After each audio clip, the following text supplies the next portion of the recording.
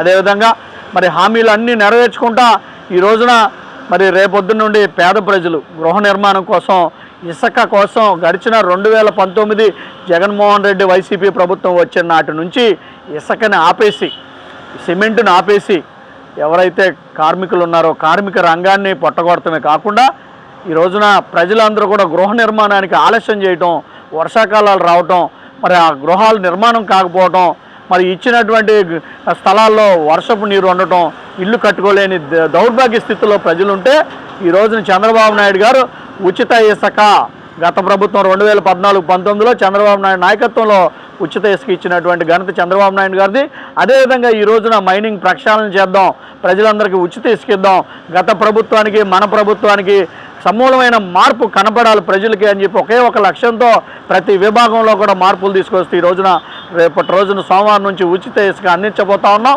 ప్రతి ఒక్క గృహ నిర్మాణదారుడు డైరెక్ట్గా రీచ్కి వెళ్ళి అతని యొక్క వెహికల్ ఏదుంటే అది ఆ వెహికల్ని అక్కడ అతనితో పాటే సమానంగా ఉన్న ఒక సామాన్యుడు దాన్ని లోడింగ్ చేస్తాడు. ఆ లోడింగ్ ఛార్జీ తన సామాన్యుడికి తన తోటి వ్యక్తికి లోడింగ్ ఛార్జీ రూపంలో కొంత అతను పే చేసుకుని అతని యొక్క వెహికల్ ఎవరైతే ప్రైవేటు వెహికల్ ఎవరైతే ఉన్నారో వాళ్ళ దగ్గర ట్రాక్టర్ లారీ ఏదో మాట్లాడుకున్న రవాణా ఛార్జీలు మాట్లాడుకుని ఇసుక మాత్రం ఉచితంగా తన ఇంటికి తోలుకునే అవకాశాన్ని చంద్రబాబు నాయుడు గారు ఎన్డీఏ గవర్నమెంట్ పవన్ కళ్యాణ్ గారు ఇస్తూ ఉన్నారు. కాబట్టి తెలుగుదేశం పార్టీ ఏవైతే మరి గత ప్రభుత్వం మీద మేమందరం కూడా ఆరోపణలు కాదు నిజాలు మాట్లాడామో, గత ప్రభుత్వం ప్రజల పక్షాన లేదు, ప్రజలను దోచుకుంటా ఉంది, ప్రజల్ని ఇబ్బంది పెడతా ఉంది, ఇవన్నీ చేస్తూ ఉంది. కాబట్టి మేమైతే అవన్నీ బయటికి తీసుకొచ్చాం. ఈ రోజున ప్రజలందరికీ కూడా ఆ విషయాలన్నీ కూడా ప్రూవ్ అయ్యి వాళ్ళు మమ్మల్ని ఏర్పాటు చేస్తే ఈరోజు ప్రజలకు అవన్నీ కూడా మేము నెరవేరుస్తూ ఉన్నాం అని చెప్పేసి గుండె ధైర్యంగా సంతోషంగా చెప్పగలుగుతా ఉన్నాం.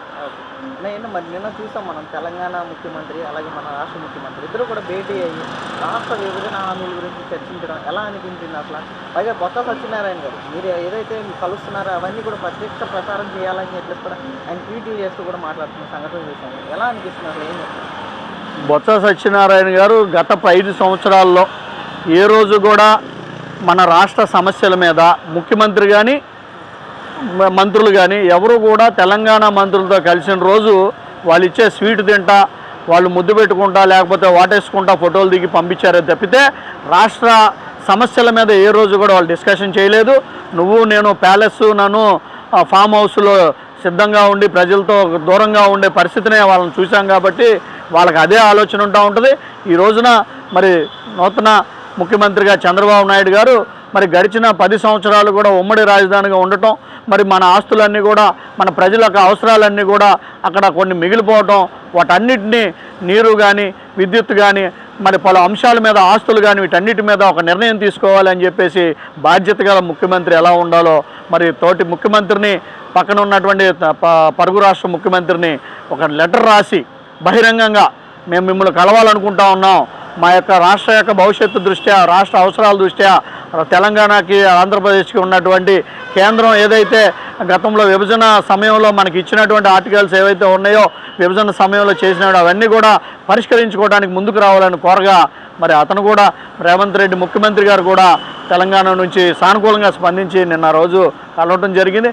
చాలా ఆనందంగా ఉంది. పొరుగు రాష్ట్రం అంటే పార్టీలకు అతీతంగా రాజకీయాలకు అతీతంగా తెలుగు ప్రజల యొక్క సంక్షేమం, తెలుగు ప్రజల అభివృద్ధి, తెలుగు ప్రజల అవసరాలని కోసం మనం పనిచేయాలనే విధానంలో ఇద్దరు ముఖ్యమంత్రులు ఉండటం చూసి ఓరవలేక ఈ యొక్క నత్తిపోకోడి అంటూ ఉంటారు ఆ బొత్స సత్యనారాయణ ఏం మాట్లాడతాడో అర్థం కాదు. ఈ రోజున ఆయన చేసేటువంటి వ్యాఖ్యలకి అర్థం లేదు.